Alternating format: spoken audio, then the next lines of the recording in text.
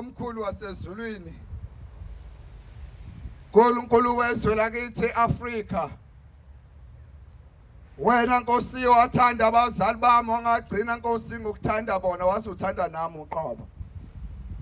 Baba ngimile Nkosi phambi kwabantwana bakho abayingcwele abangamaNazaretha Nkosi enkulu yasezulwini. Okwathi ngonyaka 1935 inkosi ezulu nomhlaba silaphayana ezantsi ke emzini wakamuntu oyedwa. Wayesenkosi uthumela isigijima ukuba sitshele inkosazana uMtungwa okuba akakhipha umhlangano Nkosi enkulu yasekuphakameni obhekise phezulu kwentaba yomhlangano enhlangakazi. Batho baba wathi mawuvala umhlangano wasuthandaza Nkosi enkulu yasezulwini. Wawunabo abantwana bakho Nkosi obazalakho. Kodwa Nkosi kazange uthandaze ngabo, wathandaza ngalabo abantu abalapha Nkosi phambi kobuso bakho. Wathi Nkosi ngiyazi uzangibiza masinyana. Wathi kodwa Nkosi usungalibali abantu bakho abayingcwele abangamaNazaretha akho ayingcwele wayisho thina. Ngiyakhumbula nezolo abantu abahle basezulwini esembethela umzimba wakhe wesibili wenkosi enkulu yasekuphakameni ulangaphuma esikothe nabalukwathela abahangula wayihlezi lapha phambi kwendle emhlophe emzini wakamuntu oyedwa emzini wasekuphakameni ngapha ngakwesekuphosa sakhe kwakhona iGetsemane likababa mkhulu inyama ndala wayihlezi eqhiyeme ebuka ngaphesheya ebuka emzini wamandiya kaGubraji. Wayiphethe inkonzo ngalelo suku. Lo mfana omguqile lapha abantwana abahle benkosi umfana kamalandela kulela lizwe labantu abamnyama ibonge inkosi enkulu yasekuphakameni. Wase usukuma Nkosi enkulu yasekuphakameni uthe uma usukuma wasuyibusisa inkotho uthe uma phakathi nayo uyibusise Nkosi inkonzo. Batho baba wezokana Nkosi uhuba ingoma yaseweseli eyayikaziwa umuntu ethi wayihanga inhliziyo yami yangena emngceleni wathi wangumphefumulo wami waphuma ezonweni wasuthi izwa Nkosi ukukhala kwethu wathi mangabe Nkosi wawudalile ukuba kuyoba khona abantu abayingcwele ithi sala sewenze kube yilabo abantu basekuphakameni. Wayisho thina wathi ngoba bayizinto zonke wathi kubantu bonke wathi ke ikhathi zonke manje kufanele bantwana abahle benkosi yasekuphakameni uma siguqile phambi kwalabo bantu abayingcwele abangamaNazaretha sikhumbule ukuthi siguqe phambi kwethandwa zikaNkulunkulu. Ngoba lapho ekhaya uyalahla ngokukhuluma uyalahla nangokwenza isho njalo ingoma yakhona ithi ngonile ithi nangolimi lami singonile ithi nangesandla sami ngonile ithi nangeso lami ngonile ilapha ekhaya ulahla ngakho konke ukuthi wenza kahle usewenza kabi phambi kwaThixo. Kodwa inkinga sibhekene nayo baba mfundisi bazali bethu amandalihle lasezulwini sibhekene nenkinga manje yakuthi abantu bazonda umthetho kaShembe bathanda inkonzo ezofuna bona. 10:24 funda incwadi amaHebrew 10:24 izakuthi asiqondane ukuze sivuselelane ithi ukuthanda nokwenza okulungileyo ithi singayeke ukuhlangana njengabanye ithi asayene kakhulu njengalokho sibona usokusondela ithi masona ngabomu kepha sesilazi iqiniso ithi ukuhlalela ukwelahla kwesabekayo ithi yebo kunako oluvusiweyo enza ukuqeda abaphikayo ithi nowadela umthetho kaMose ithi naye wafa engenahawukela. Silapha semthethweni kaShemba ibonge inkosi. Kani yilanga ikhotha ezinhle zenkosi enkulu yasekuphakameni kwakhulu umkhokheli wangaphatheka kahle ayanela amathuthi zangena inhloli zangena kwangena konke elele laphana umkhokheli emseleni kuthi ngenye imini umkhokheli nasengena nasenifunda incwadi kaJeremiah ngithi ka11 mangingaphosisi ethi bizana besifazane abankophe zabo zivama amanzi yayisifundwa lencwadi wayesephamisa isandla umkhokheli wathi mani makhosikazi mbonge uJehova phefumulo wami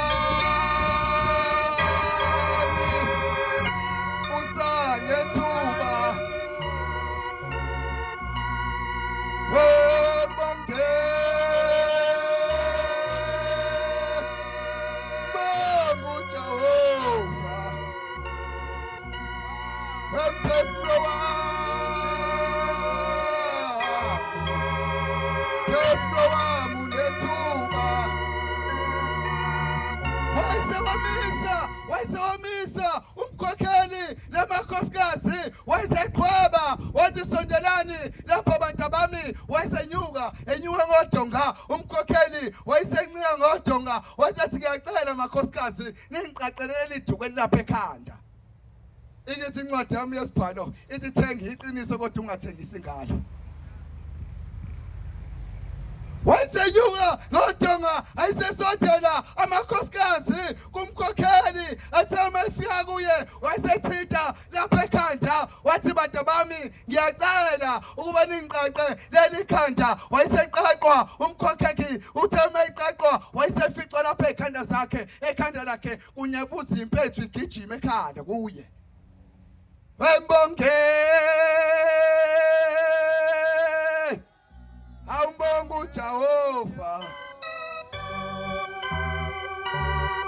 Phefumlo wami usanethuba. Wayeseqaqwa umkhokheli, uma eficwa lesiphethu ayisebuza lamakhosikazi, athi hawu mayo lezi impethu ayilapha ekhanda lakho ivelaphi na? Wayesephendula umkhokheli wathi hayi bantu bami, akuzona impethu lezi enizibona lapha ekhanda. Uthi kodwa lezi impethu ngabahlangabezi bami. Uthi lezi impethu bantu bami ngamazwi lawa kaShembe ekade ngawatshela wona amakhosikazi ngoba bengisaba ukuthi azongezonda. Thenga iqiniso ungathengisi ngalo. Bonke ayibonga uJehova. Phefumlo wami ayusanethuba.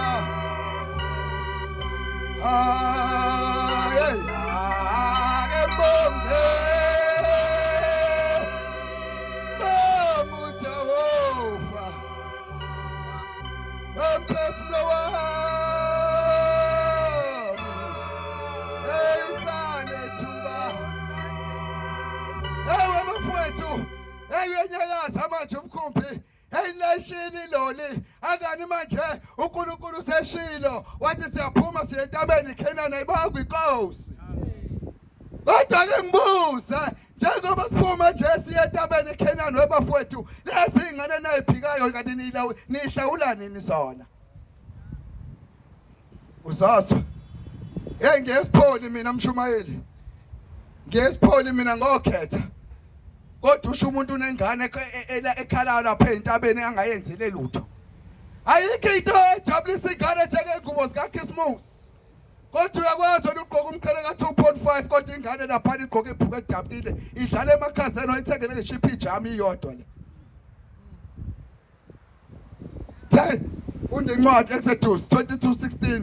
Nxa umuntu eyengintombi ingasiyona ingodiso yakhe alale nayo, akayiloboli bomkakhe, uma uyise wayo ala nayo. Ithi incwadi khipha nje wena imali yokulingela ukulobola kwayo intombi 1 ihlabelelo funda. Uyabusisa umuntu ongahambi ngokuyela kwababi, ongahlali inhlangano lezoni, ongahlala senhlanganweni yesigangi, kanti ukuthokoza kwakhe kusemthokozweni kaJehova ozindawo ngemithetho yakhe emini njengobusuku. Yena yoba njengomuthi otshalwe ngasemfuleni yamanzi, oyawuthela inhlamvu zawo ngezikhathi zawo, kothi konke akwenza kulunge. Kanti ababawa banjalo banjengamakhoba, wona ebuka nomoya. Nani 20 abaseRoma, hayi muntu uthini uzawukwenza lo uzawuchitheka, okwenziweyo uzawusho kanjani ukwenzela kwaba njena na?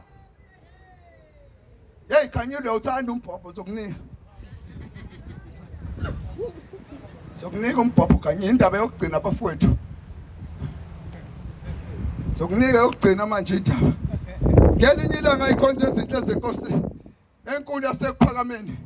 Kwakulapha emzini waseMkhayideni. Abangakazi ke befika emzini waseMkhayideni indawo yakhona ihlabathi. Ngiyathemba ukuthi ukhozi yakwazi ngakubo lapha emabehlana.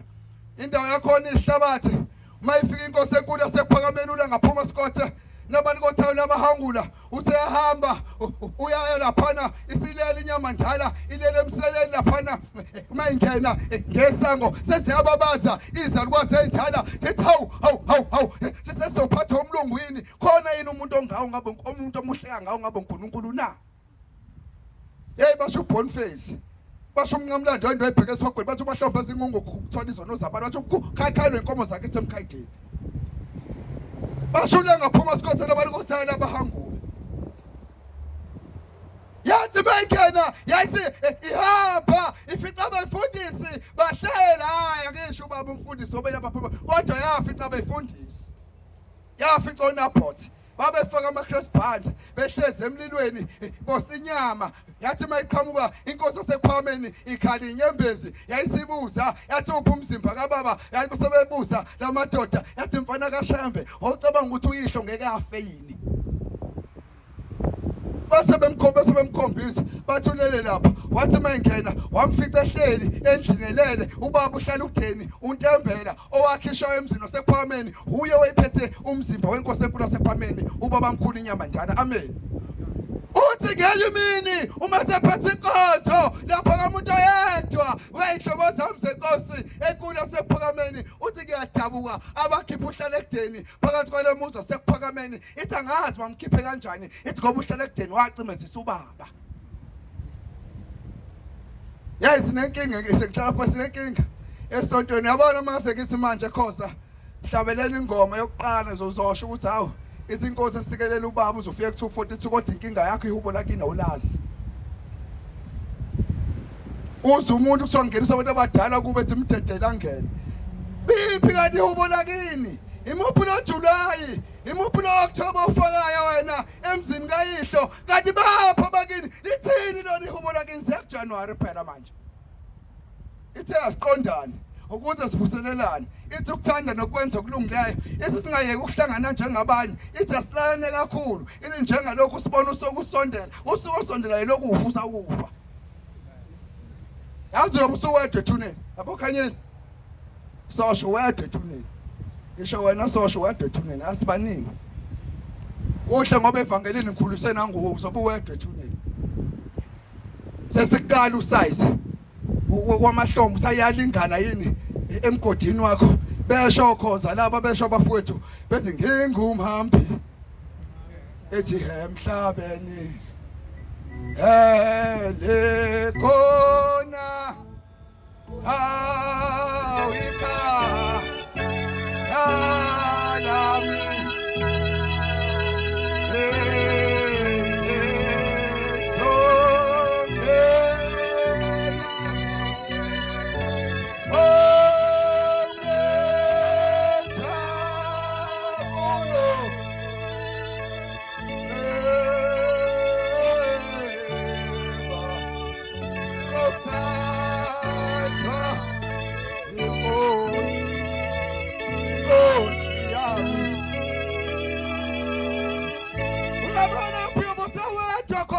Ushojalo ngeyimini umama umkhokheli umamdlalase walapha kaNongoma wayekhuluma uthi yafika inkosi yasePharameni yayisethi kunzakho la ngaphuma Sikotho ebakhotha abahle ithi yafika amakhosazane akhile umuzi kaNkulunkulu lapha emzini waseBukadeni uthi yathi mayifika yathi hawu bantu abami ithi seniqedile yathi awunqobile yathi kodwa abantu abami anakanqobi ithi ngoba kanakafiki phansi kwesihlahla sesikhoma ithi lapho enofica khona indoda emehla izinsungulu uthi ubukhokheli umamdlalose bazokhumbula abadala isikhumbuzo senkosi ilanga ngaleso sikhathi sasingakenziwe nelisiwe sasisenzela lapha eJudiya isho njalo lentombi endala ithi ngamangala ithi ngoba nenceku yenkosi ubaba mkhulu wake wayikhuluma le ndaba ithi angazi wayibhabhadisa intombi yasemangadini noma intombi yasemambatheni ithi uthi wayithatha le ntombi ithi phambi komfula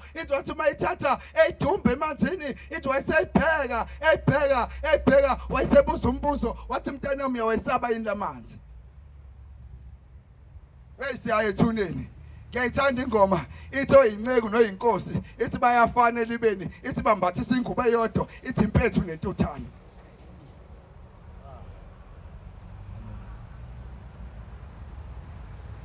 uyafuna umbhobho uyesa uthi wayesathi hayi mntanami ungawasabi lamanzi wathi ngoba kuthi isikhathi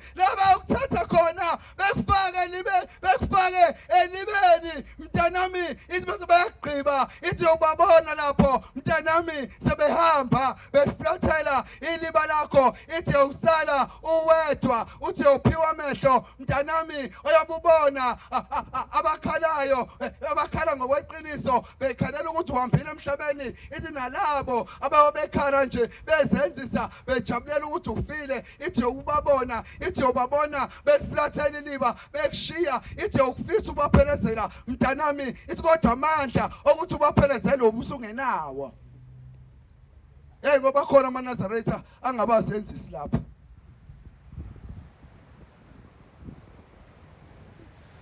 yakho hlisa phezu kwakho koJeremiah 17:9 uyifunda ekhaya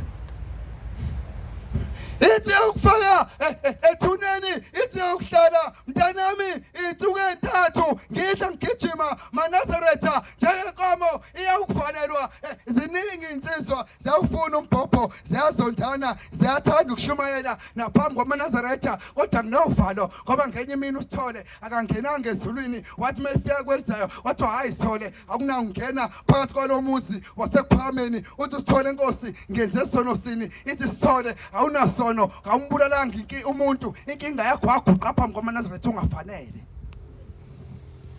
ziyathanda insizwa ukushumayela uthi kuyothi ngosuku lwesithathu ibisiphuma ethuneni ikuthathe lengilosi mntanami ihambe nawe iyakufaka ezibeni ogama laso uthi uyisephakathoni ithi uyokuhlala khona insuku ezisikhombisa ithi mawunenhlanhla mntanami ithi uyawuphuma kuleli siziba ngosuku lwesikhombisa uyothi mawuphuma uphuma uyifice lengilosi uthi umkhokhela ngazi ke kodwa abathi mabephuma kulesi siziba bangeyifice lengilosi uthi bayebenze njani noma bahlala lapha emkhathini noma buya beze emhlabeni bedwanguze bebe ziphoki ithi nama ngazi ithi kodwa yathi inkosi asekuphakameni uma uphumile wayifica lengilosi ithi yokuthatha mntanami ihambe nawe ithi uhamba ithi ukufika lapho mntanami ilanga lobe lishisa khona kakhulu ithi yokuzwa ikhova zikhala mntanami zikhalela umphefumulo wakho ithi yobuwedwa ithi uzizwa ikhala sithi